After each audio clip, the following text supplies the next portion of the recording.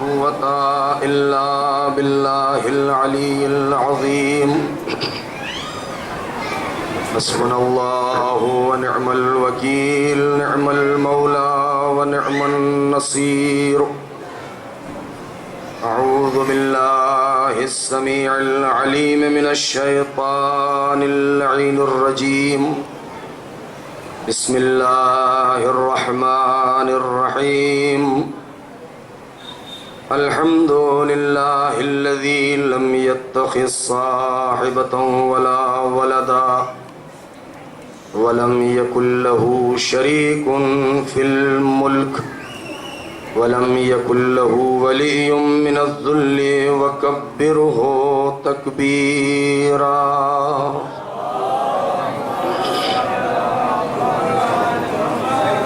والصلاة والسلام والتحية والإكرام على النبي الأمي المكي المدني القرشي الهاشمي الأبطحي سيدنا ومولانا ومقتدانا وهادينا أبي القاسم محمد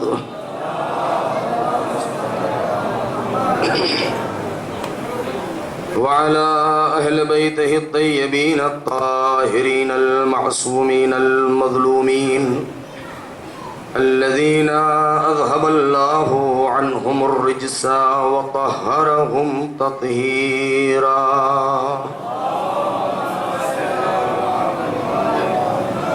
ولعنة الله على أعدائهم أجمعين من الآن إلى قيام يوم الدين. أما بعد، فقد قال الله الحكيم في كتابه الكريم: بسم الله الرحمن الرحيم. وجعلناهم أئمة يهدون بأمرنا وأوحينا إليهم فعل الخيرات وإقام الصلاة وإيتاء الزكاة وكانوا لنا عابدين. صلوات بر محمد وآل محمد.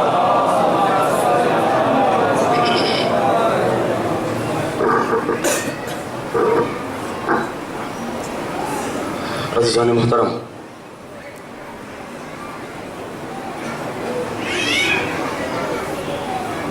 یہ آیہ کریمہ جس کے ذیل میں آپ سے ہم کلام ہونے کا شرف ملا ہے، روز اول سے جو سلسلہ بیان جاری ہے اس کے آج 8ویں مرحلے پر جو باتیں آپ کی خدمت میں عرض کرنا ہے، تربیت کے حوالے سے کربلا جلوگاہ کردار اہل بیت کے عنوان پر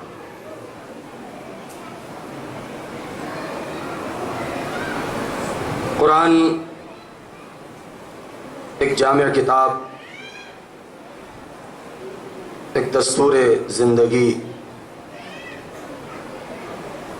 اصول حیات، ایک قانون کی حیثیت رکھنے والی، جس کے اندر اس فرش نشین انسان کو عرش تک پہنچنے کا راستہ بتاتی ہے. اس کے اندر انسانی تربیت اور کردار کو سنوارنے کے وہ تمام اصول اور ضوابط پائے جاتے ہیں جسے بشریت کو ضرورت ہے. آج کی اپنی اس تقریر میں جو خاص بات مجھے عرض کرنی ہے کہ ہم اور آپ اندازہ لگائیں اور یہ میسج ہم دنیا والوں تک پہنچائیں کہ ہماری یہ فرش عزا، ہماری یہ مجالس، یہ عزاداری، یہ سوگواری، یہ ماتم، یہ جلوس کسی کا دل دکھانے کے لیے نہیں ہے، کسی کی دل آزاری کے لیے نہیں ہے، یہ امن، آشتی، سلامتی، چین، سکون کا پیغام دینے کے لیے ہے۔ اس پوری کائنات میں اچھائیوں کا پرچار کرنے کے لیے ہے، برائیوں سے روکنے کے لیے ہے۔ لہذا کسی کے ذہن میں یہ خیال نہ پیدا ہونے پائے کہ ہم اپنا جلوس نکالتے ہیں، ہم فرش عزا بچھاتے ہیں تو معاذ اللہ ہمارا مقصد کسی کی دل آزاری ہے، کیونکہ ہم اس کی فرش عزا بچھا رہے ہیں، اس کی سیرت کو بیان کر رہے ہیں کہ جس نے مدینے سے قدم نکالتے وقت اسی بات کا اعلان کیا تھا کہ ہم نیکیوں اور اچھائیوں کا پرچار کرنے کے لیے جا رہے ہیں، لوگوں کو برائیوں سے آگاہ کرنے اور برائیوں سے روکنے جا رہے ہیں۔ آج ایک نقطہ اپنے ذہن میں رکھیے، انشاءاللہ نتیجے کے طور پر میں آپ کی خدمت میں عرض کروں گا۔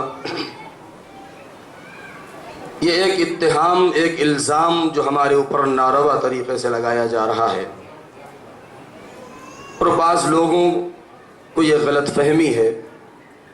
میں یہ نہیں کہتا کہ کوئی جان بوجھ کے یہ کر رہا ہے یا یہ کہہ رہا ہے، ہم اس بات کا احتمال دیتے ہیں کہ ممکن ہے کہ لا علمی کی بنا پر ہو، ممکن ہے کہ تاریخ کا مطالعہ نہ کرنے کی وجہ سے ہو، ممکن ہے کہ ان تک حقائق ابھی نہ پہنچے ہوں۔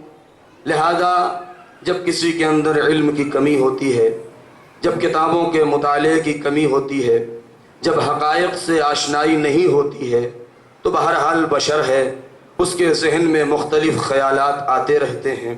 لہذا ایسے خیالات کا ازالہ کرنا یہ ہماری ذمہ داری ہے۔ ایک اتہام ہے کہ جو یہ کہا جاتا ہے ہماری مجالس کے سلسلے میں، ہماری فرش عزا کے سلسلے میں، ہمارے ماتم اور اشک کے بارے میں، نعوذ باللہ معاذ اللہ، وہ یہ کہتے ہیں بہت سے افراد کہ یہ شیعیان حیدر کرار، یہ مجلس کرنے والے، یہ امام حسین علیہ السلام پر رونے والے، یہ بلا وجہ میں یہ غم مناتے ہیں، بلکہ ان کا اتہام یہ ہے کہ انہوں نے خود قتل کیا ہے اور آج آنسو بہا رہے ہیں۔ لہذا بغیر کسی کے اوپر الزام لگائے ہوئے تاریخی کچھ حقائق ہیں جو آپ کی خدمت میں عرض کریں، اور اس کے بعد ہمارے سامعین جہاں تک آواز جا رہی ہے وہ اس بات کا جائزہ لیں تو حقیقت خود بخود کھل کے سامنے آ جائے گی کہ قتل کرنے والے کون ہوتے ہیں، آنسو بہانے والے کون ہوتے ہیں۔ لہذا اس کے لیے ایک مختصر سا مقدمہ ہے اور اس کے بعد اس کا نتیجہ آپ کے سامنے ہے کہ قرآن مجید اور اہل بیت علیہم السلام نے بشریت کے کردار کو سنوارنے کے لیے جن اصولوں کو بیان کیا ہے، جو ضوابط ہمارے سامنے رکھے ہیں، جو مقررات اور جو دستورات اور قوانین ہمارے پاس پائے جاتے ہیں، یہ سارے قوانین، یہ سارے دستورات، یہ سارے اصول قرآن مجید کے اندر موجود ہیں۔ کوئی ایک گوشہ ایسا نہیں ہے بشریت کا کہ جو تشنہ ہدایت رہ گیا ہو، بلکہ ہر زمانے میں زندگی کے ہر موڑ کے لیے اس کے اندر قوانین موجود ہیں، ضوابط موجود ہیں۔ لہذا اگر کسی کو کتاب کی شکل میں دیکھنا ہو، کسی کو قانون کی شکل میں دیکھنا ہو، کسی کو دستور اور ضابطے کی شکل میں دیکھنا ہو، تو وہ کلام اللہ مجید کو دیکھ لے کہ جس کے بارے میں پروردگار عالم نے یہ ارشاد فرمایا، اِنَّا نَحْنُ نَزَّلْنَا الذِّكْرَ وَإِنَّا لَهُ لَحَافِظُونَ، کہ یہ قرآن وہ آخری نسخہ ہدایت ہے بشریت کے لیے، وہ کتابوں کا وہ آخری ورژن ہے کہ جس کو پروردگار عالم نے نازل کیا ہے۔ اب قیامت تک کے لیے بشریت کے لیے چیلنج ہے، نہ اس میں ایک حرف کم ہو سکتا ہے، نہ اس میں ایک نقطہ زیادہ ہو سکتا ہے، نہ یہ کس کو اپڈیٹ کرنے کی ضرورت ہے، بلکہ قیامت تک کے لیے ہر انسان کے ہر دکھ اور درد کا علاج ہے۔ لہذا ایک مقدمہ تو یہ ہے لہذا قرآن مجید جو ہر بشریت کے ہر دکھ درد کا علاج بن کے آیا ہے، لہذا جب انہی قوانین انہی ضوابط کو اگر کتابی شکل دے دی جائے تو وہ قرآن مجید ہے جو ہمارے اور آپ کے ہاتھوں میں ہے اور گھروں میں ہے، جس کی ہم اور آپ تلاوت کرتے ہیں۔ لیکن اگر انہی اصول انہی ضوابط کو اگر کوئی انسان اپنے کردار میں ڈھال کے معاشرے کے درمیان پیش کر دے تو اسی کا نام اہل بیت بن جاتا ہے۔ وہی ہستیاں آل محمد کہلاتی ہیں، اسی کا نام رسول ہے، انہی کا نام آل رسول ہے۔ لہذا یہ دو باتیں ہیں۔ لہذا شاید یہی وجہ تھی کہ پیغمبر اسلام نے جاتے جاتے اس بات کا اعلان کیا کہ انی تارک فیکم الثقلین کتاب اللہ وعطرتی اہل بیتی، کہ میں جا رہا ہوں دنیا سے، تمہارے درمیان دو گراں قدر چیزیں چھوڑ کے جا رہا ہوں، لن یفترقا، اور اس کے اوپر زور ڈالا ہے کہ یہ دونوں ہرگز ہرگز ایک دوسرے سے جدا نہیں ہو سکتے، یہ دونوں ہرگز ایک دوسرے سے جدا نہیں ہو سکتے۔ یعنی جو کردار اہل بیت ہے وہی قرآن کے اندر موجود ہے، جو قرآن کے اندر موجود ہے آل محمد نے اسی کو اپنے کردار میں ڈھال لیا ہے۔ اب اگر اتنی بات واضح ہو گئی ہے تو بغیر کسی تفصیل میں، بغیر الفاظ سے کھیلے ہوئے، بغیر فن خطابت دکھائے ہوئے سیدھی سیدھی اگر بات کی جائے تو اگر ان دونوں چیزوں کو ہمیں سمجھنا ہے تو یہ دونوں چیزیں بے مثال ہیں کہ تاریخ میں اس کی کوئی مثال نہیں۔ قرآن ایک ایسی کتاب ہے کہ جو اپنے آپ میں بے مثال ہے، کہ جس کے اندر کوئی شک نہیں ہے۔ ذالک الکتاب لا ریب فیہ، یہ کتاب ایسی ہے کہ جس کے اندر کوئی شک و شبہے کی گنجائش نہیں ہے۔ لا رطب ولا یابس الا فی کتاب مبین، کوئی خشک و تر دنیا کا ایسا نہیں ہے جو اس کتاب کے اندر موجود نہ ہو۔ لہذا یہ کتاب ہے جو بے مثال ہے۔ آل محمد ہیں تو وہ اپنی جگہ بے مثال ہیں، جن کی کوئی مثال نہیں ہے۔ لہذا اب اگر ہم قرآن کے متعلق ذرا سے اپنے نظر کو وسیع کر کے دیکھیں تو ہمیں یہ ماننا پڑے گا کہ دنیا کی کتابوں کے اوپر، اگر میں نے اس جملے کو اس سے پہلے کسی مجلس میں غالباً کل یا پرسوں میں نے اشارے کے طور پر بیان کیا تھا کہ اگر قرآن مجید کو ہم دنیا کی دوسری کتابوں کے اعتبار سے دیکھیں تو یہ بالکل مختلف ہے، اس کا انداز تحریر بالکل الگ ہے۔ لہذا قرآن کو کسی دوسری کتاب کے آئینے میں نہیں دیکھا جا سکتا۔ آج بڑی بحثیں ہو رہی ہیں علماء کے درمیان، صرف آج ہی نہیں بلکہ ایک زمانے سے۔ میری یہ سنجیدہ گفتگو آپ سماعت فرما رہے ہیں، جس کا بہت بہت شکریہ۔ انشاءاللہ نتیجے پر غور کیجئے گا کہ بڑی بحثیں ہیں کہ قرآن مجید کو یہ قرآن کا نام دیا گیا ہے، آخر اس کتاب کو کون سا نام دیا جائے؟ کیوں؟ اس لیے کہ لوگوں نے جب اس قرآن کو دیکھا تو دوسری کتابوں کے اعتبار سے دیکھا۔ بہرحال کتابوں کا انداز تحریر یہ ہوتا ہے کہ پہلے جب کوئی مصنف یا مؤلف جب تصنیف کرتا ہے یا تالیف کرتا ہے تو اس کا انداز یہ ہوتا ہے، اس کے اصول اور ضوابط یہ ہوتے ہیں، اس کے کچھ رولز، کچھ قوانین سے ہیں کہ جس کے بنا پر ایک انسان پہلے ایک عنوان معین کرتا ہے، ایک ٹاپک ہوتا ہے، اور اس کے بعد اس کا ایک خاکہ تحریر کرتا ہے، اور اس کے بعد اس کی فہرست تیار کی جاتی ہے، پھر اس کے اندر کچھ بڑی ہیڈنگز ہوتی ہیں، اور اس کے بعد کچھ چھوٹی سرخیاں ہوتی ہیں، اور اس کے درمیان اس کے اپنے مطالب ہوتے ہیں۔ ایک حصے سے شروع ہوتا ہے اور آخری کتاب کے حصے میں وہ مصنف اس کے ذہن میں جو سوال ہوتا ہے اس تحقیق کا وہ جواب پیش کرتا ہے، اور نتیجہ تحقیق سامنے آتا ہے کہ ہم نے اس ٹاپک کے اوپر گفتگو کی ہے، بحث کی ہے، اور اس کا نتیجہ یہ ہے۔ لہذا عام کتاب کا انداز تحریر یہ ہے۔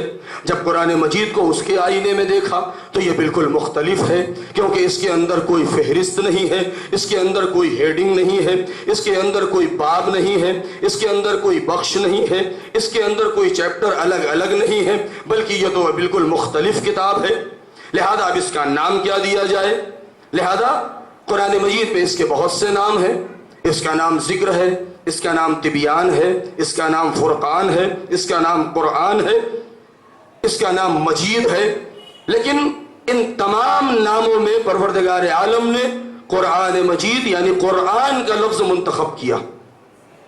تو اب کہنے کا مقصد یہ ہے کہ اگر ہم قرآن کو کسی دوسری کتاب کے آئینے میں دیکھنا چاہے تو یہ کتاب بالکل مختلف ہے، یعنی یوں کہہ دیا جائے کہ یہ قرآن کتاب ہوتے ہوئے بھی عام کتابوں جیسی نہیں ہے۔ یہ کتاب اور خدا نے یعنی عام کتابوں جیسی ہے بھی نہیں، اور خدا نے کہہ دیا کتاب ذالک الکتاب لا ریب فیہ، لیکن یہ کتاب ہے مگر عام کتابوں جیسی نہیں ہے۔ اب اگر ہم اس سے آگے بڑھ کے دیکھیں تو یہ پورا سلسلہ عجیب و غریب ہے کہ قرآن مجید کہ جس کی آیات اور اس کے بارے میں بحث بھی یہی ہے کہ قرآن مجید ایک ایسی کتاب ہے کہ جس کی ایک آیت کچھ اور مطلب بیان کر رہی ہے، اس کے برابر والی آیت کسی اور موضوع سے گفتگو کر رہی ہے، اس کے اندر کہیں پر خوشخبری پائی جاتی ہے، کہیں پر ڈرانے کا ذکر پایا جاتا ہے، کہیں پر قیامت کا تذکرہ ہے، کہیں پر جنت کا تذکرہ ہے، کہیں پر جہنم کے بھڑکتے ہوئے شعلوں کا ذکر ہے، کہیں پر حیوانوں کا تذکرہ ہے، کہیں چھوٹی سے چھوٹے جانور چیونٹی کا تذکرہ ہے، کہیں عنکبوت کا تذکرہ ہے، کہیں گدھے کی آواز کا تذکرہ ہے، کہیں کسی اور چیز کا تذکرہ ہے، کہیں گزشتہ انبیاء کی کہانیوں اور قصوں کا تذکرہ ہے۔ لہذا یہ تو ایسی کتاب ہے کہ جو عام کتابوں جیسی نہیں ہے۔ ارے کیسے ہو سکے کہ اس کتاب کا سلسلہ ہی ایسا ہے کہ یہ کتاب ہے مگر عام کتابوں جیسی نہیں ہے؟ اور کیوں کر ہو؟ اس لیے کہ جس نے اس کو بھیجا ہے، جس کا نام خدا ہے، جس کو ہم اللہ کہتے ہیں، کہ اللہ ایک ذات ہے مگر عام ذات جیسی نہیں ہے۔ خدا ایک عام ذات جیسی نہیں ہے۔ ذات لا کالذوات، یہ الفاظ ہیں روایات کے کہ خدا ایک موجود ہے لیکن عام موجودات جیسا نہیں ہے، خدا کا وجود ہے لیکن عام وجود جیسا نہیں ہے۔ لہذا جب خدا ہے لیکن عام ہونے والی چیزوں کی طریقے سے نہیں ہے، وہ ذات ہے مگر عام ذوات جیسا نہیں ہے، لہذا جب وہ ایسا ہے تو اس نے جو کتاب بھیجی وہ کتاب ہو کے بھی عام کتابوں جیسی نہیں ہے۔ اب جب اس کو بھیجا تو اپنے جس نبی کے اوپر بھیجا، جس رسول کو اوپر بھیجا، جب اس کو رسول بنا کے بھیجا تو آواز دیا کہ میں نے تجھے بشیر بنایا، نذیر بنایا، طٰہٰ کہا، مزمل کہا، مدثر کہا، یاسین کہا، مختلف الفاظ سے یاد کیا، لیکن بشر بنا کے بھیجا مگر رسول بشر ہوتے ہوئے بھی عام بشر جیسے نہیں ہے۔ کتاب ہو کے بھی عام کتابوں جیسی نہیں ہے، خدا ذات ہو کے بھی عام ذات جیسے نہیں ہے، عام ذات جیسی نہیں ہے۔ رسول جس کے اوپر بھیجا، جس کے سینے پر اس قرآن کو نازل کیا، وہ بشر ہو کے بھی عام بشر جیسے نہیں ہے۔ جس کے ذریعے سے بھیجا سید الملائکہ جناب جبرائیل امین کہ جنہوں نے لوح محفوظ کا مطالعہ کیا، ارے یہ وہ سید الملائکہ ہے جو کبھی جناب آدم کے پاس آئے، کبھی جناب نوح کے پاس آئے، کبھی جناب موسیٰ کو توریت لا کر کے دیا، جناب عیسیٰ کو انجیل لا کے دیا، جناب داؤد کو زبور لا کے دیا، پیغمبر کے قلب مبارک پر پورا قرآن لے کر کے آئے ہیں۔ وہ فرشتہ ہے اور فرشتوں کی صف میں ہوتے ہوئے بھی فرشتوں جیسا نہیں ہے۔ کمال کی بات یہ ہے کہ کتاب ہو کے عام کتابوں جیسی نہیں، خدا ذات ہو کے عام ذات جیسا نہیں، نبی بشر ہو کے عام بشر جیسا نہیں، جناب جبرائیل ملک ہو کے عام ملائکہ جیسا نہیں۔ لہذا یہ کتاب کا پورا سلسلہ ایسا ہے کہ جو پورا بے مثال ہے، بے نظیر ہے۔ جب یہ پورا سلسلہ بے نظیر ہے تو اب ضرورت اس بات کی ہے کہ جب نبی کی آخری سانس ہو اور اس دنیا سے جا رہے ہو تو قیامت تک کے لیے جب بارگاہ پروردگار سے، لوح محفوظ سے قلب پیغمبر تک یہ پورا سلسلہ بے مثال رہا ہے، تو اب جس کے حوالے کر رہے ہیں وہ ذات بھی ایسی ہو کہ جو بے مثال ہو۔ ایک صلوات پڑھیں بر محمد و آل محمد۔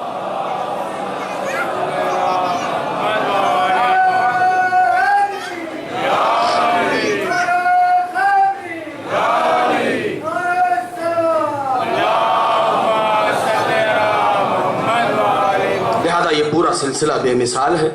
لہذا اب ضرورت اس بات کی ہے کہ جو وارث قرآن بنے، جو وارث قرآن ہو وہ بالکل بے مثال ہو۔ اب دنیا کیا پہچانے گی دنیا کس طریقے سے پہچانے گی اہل بیت علیہم السلام کو؟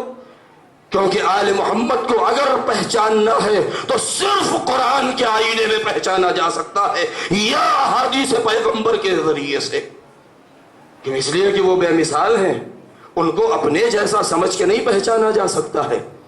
قرآن کو اگر پہچاننا ہے تو کردار اہل بیت کے ذریعے سے پہچانا جا سکتا ہے، کیونکہ قرآن ہماری سمجھ ہی میں نہیں آ سکتا ہے. کیونکہ یہ جو سب سے بڑا اعتراض، میں بہت پھر گزارش کر رہا ہوں کہ نتیجہ جو میں آپ کے سامنے پیش کرنا چاہتا ہوں کہ قرآن کو اگر پہچاننا ہے تو صرف اہل بیت کے ذریعے سے، کیونکہ ان کے علاوہ اس کا کوئی مفسر ہی نہیں ہے. اور اگر اہل بیت کے کردار کو پہچاننا ہے تو اس کے دو راستے ہیں، یا تو ہم سیرت نبی کے ذریعے سے، اقوال پیغمبر کے ذریعے سے پہچانیں، یا تو آیات قرآنی کے ذریعے سے پہچانیں. آج قرآن مجید میں جو بہت سے اعتراضات ہیں، ان میں سے ایک یہ کہ آیہ تطہیر جو قرآن مجید میں موجود ہے، میں اپنے اصلی مقصد پہ آ گیا ہوں کہ جو آیہ تطہیر قرآن میں موجود ہے، اس کی یہ جگہ کیسے ہو گئی ہے؟ یہ آیت تو کہیں اور کی بات کر رہی تھی. آیت کا پہلا حصہ تو کسی اور کے بارے میں گفتگو کر رہا تھا، کیونکہ آیت کا صدر اور آیت کا پہلا ٹکڑا اور ازواج پیغمبر اکرم صلی اللہ علیہ وآلہ وسلم کے بارے میں گفتگو کر رہا ہے، اور آیت کا دوسرا حصہ یہ درمیان میں اہل بیت کا تذکرہ کیوں آ گیا؟ ارے قرآن کا انداز بیان ہی یہی ہے، اس میں ہم کیا کر سکتے ہیں؟ نہیں غور فرمایا آپ نے؟ قرآن کا انداز بیان ہی یہی ہے، قرآن کا انداز تربیت ہی یہی ہے، اور قرآن نے ہمیں جو انداز تربیت سکھایا ہے وہ یہی ہے. وہ کیا ہے؟ کہتے ہیں جب کسی کی تربیت کی جائے، بہت توجہ چاہتا ہوں، جب کسی کی تربیت کی جاتی ہے، جب اس سے یہ کہا جاتا ہے کہ دیکھو تم برائی سے دور رہنا، دیکھو تم اچھائی پر عمل کرنا، دیکھو اپنے اسکول جاتے ہو دل لگا کے پڑھنا، اچھے دوستوں کے ساتھ رہنا، برے دوستوں کی صحبت اختیار نہ کرنا، ورنہ تم گمراہ ہو جاؤ گے، ورنہ تم پڑھنے میں پیچھے رہ جاؤ گے، ورنہ تم امتحان میں فیل ہو جاؤ گے. جب ایک انسان اپنے بچے کی تربیت کرتا ہے تو تربیت کا انداز ہی یہ ہوتا ہے کہ درمیان میں جب تربیت کرتا رہے، جب اچھائیوں کو بیان کرتا رہے، اور اس کے بعد جو پڑھنے والے بچے ہیں ان کی مثال دی جاتی ہے. دیکھو فلاں بچہ کتنا اچھا پڑھنے لگا ہے، فلاں بچہ کتنا اچھا ہو گیا ہے، تہذیب یافتہ ہے، بڑوں کا کتنے اچھے سے احترام کرتا ہے. اور یہ اچھائیاں بیان کرتے کرتے درمیان میں کسی ایسے کیریکٹر کا ذکر کر دیا جاتا ہے تاکہ بچہ ہوشیار ہو جائے، اور اس کے بعد کہا جاتا ہے تم نے دیکھا نہیں کہ فلاں نے کہنا نہیں مانا، اس کا کیا انجام ہو گیا ہے. بات چل رہی تھی ازواج مطہرات پیغمبر کی، اور بات چلتے چلتے ایک مرتبہ آواز دی، اے ازواج پیغمبر ہوشیار رہنا، خبردار رہنا، اپنے گھر کے اندر رہنا، بے حجاب گھر سے باہر نہ نکلنا. اور یہ بیان کرتے کرتے آواز دیتا ہے پروردگار، ارے دیکھا نہیں تم نے ہمارے پاس کچھ ایسی شخصیتیں بھی ہیں جن کو ہم نے ایسے پاک و پاکیزہ بنایا ہے جیسے پاک بنانے کا حق ہوتا ہے. ایک صلوات پڑھے بر محمد و آل محمد.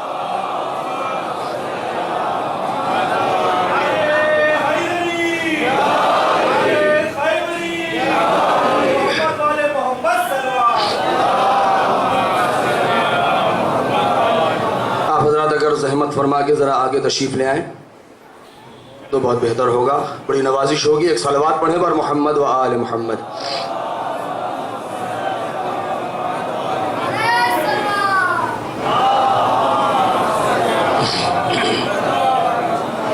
لہذا قرآن ایک ایسی کتاب ہے جو مثال ہے جس کی کوئی نظیر نہیں، کوئی مثال نہیں ہے دنیا میں اور اس کائنات میں، کیونکہ کتاب ہو کے کتاب جیسی نہیں ہے، خدا ذات ہو کے عام ذاتوں جیسا نہیں ہے، رسول بشر ہو کے عام بشر جیسا نہیں ہے، جبریل ملک ہو کر کے عام ملائکہ جیسا نہیں ہے، وارث قرآن بشر ہو کر کے، انسان ہو کر کے، امتی ہو کر کے عام امتی جیسے نہیں ہے. ارے دنیا کیا پہچانے گی؟ ارے یہی تو وہ مقام تھا کہ دنیا علی کی عظمت کو کیسے پہچانے گی کہ جس کا قصیدہ ارے جبرائیل نے زمین و آسمان کے درمیان پڑھا ہو کہ جب ایک رات رسول کی چادر اوڑھ کے رسول کے بستر پر سو جائے تو اب فرشتہ یہ نہیں کہہ رہا ہے کہ ہم آپ کو پہچان نہیں سکے، اب جو قصیدہ پڑھا ہے تو وہ علی کے بے مثال ہونے کو آواز دیتا ہے، مرحبا مرحبا من مثلک یا ابن ابی طالب، اے ابو طالب کے لال تیرے جیسا کون ہے؟ ایک صلوات پڑھے بر محمد و آل محمد۔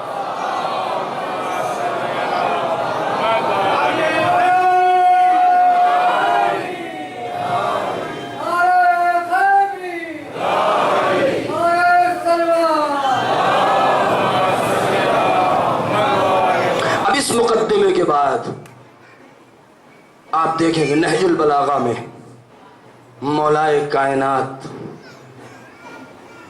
جب ظاہری اعتبار سے مسند خلافت پر جلوہ افروز ہوئے ہیں، اب جو انہوں نے مجمع میں اپنی تقریر کی ہے، اب یہاں پر ٹھہر جائیے، کیونکہ وہ اصلی مقصد جو مجھے بیان کرنا تھا وہ یہاں سے سنیے کہ مولا علی نے کوفے میں جس مجمع میں آپ نے تقریر کی ہے، اس مجمع کے بارے میں اگر آپ نے جان لیا تو آپ کو اس سوال کا جواب مل جائے گا کہ آیا قاتلان حسین کون تھے، مولا کو قتل کرنے والے کربلا میں کون تھے کہ جو ہمارے گردن کے اوپر الزام کا طوق پہنایا جاتا ہے۔ اب یہ مولا علی خلافت ظاہری میں جلوہ افروز ہوئے ہیں، تو ایک مرتبہ آپ نے جس مجمع میں تقریر کی ہے یہ مجمع کیسا تھا، بس اس کے بارے میں تھوڑا سا سن لیجئے۔ مولا علی کا جو مجمع تھا کوفے میں وہ کیسا مجمع تھا؟ دو طریقے کے افراد اس کے اندر موجود تھے، کیونکہ ہر جگہ، ہر زمانے میں، ہر مجلس میں، ہر محفل میں، ہر اجتماع میں، ہر مظاہرے میں، ہر ریلی میں دو طریقے کے افراد پائے جاتے ہیں۔ مولا علی کے پاس بھی دو طریقے کا مجمع تھا۔ ایک مولا علی کا اپنا ذاتی مجمع تھا، بہت توجہ چاہتا ہوں، میری تمہید مکمل ہو چکی۔ مولا علی کا اپنا ایک ذاتی مجمع تھا، اور وہ ذاتی مجمع کون تھا؟ وہ ایسا مجمع تھا کہ جو مولا کو حاکم مان کے نہیں آئے تھے، مولا کو مولا مان کے آئے تھے۔ بہت توجہ، اب یہاں سے آپ بیدار ہو جائیں۔ لہذا مجمع دو طریقے کا تھا کوفے میں، مسجد کوفہ جو چھلکتی تھی مولا کی تقریر سننے کے لیے، اس میں دو طریقے کے افراد پائے جاتے تھے۔ ایک مجمع وہ تھا جو مولا کا اپنا خالص مجمع تھا، اور یہ کون سا تھا؟ یہ مجمع حکومت کے ذریعے سے مولا کو نہیں ملا تھا، بلکہ یہ مجمع علی کا اپنا مجمع تھا۔ جب خلیفہ نہیں تھے تب بھی یہ علی کے ساتھ تھے، خلیفہ بن گئے تب بھی یہ علی کے ساتھ تھے، جب علی 25 سال تک خاموش تھے تب بھی یہ مولا کے ساتھ تھے، جب منبر سلونی پر آئے تب بھی مولا کے ساتھ ہیں۔ یہ اس وقت بھی تھے جب پیغمبر اسلام باحیات تھے، ان کا نور پوری کائنات کو منور کر رہا تھا، جس میں سلمان ہیں، بوذر ہیں، مقداد ہیں، عمار ہیں۔ یہ وہ افراد ہیں کہ اس وقت بھی تھے۔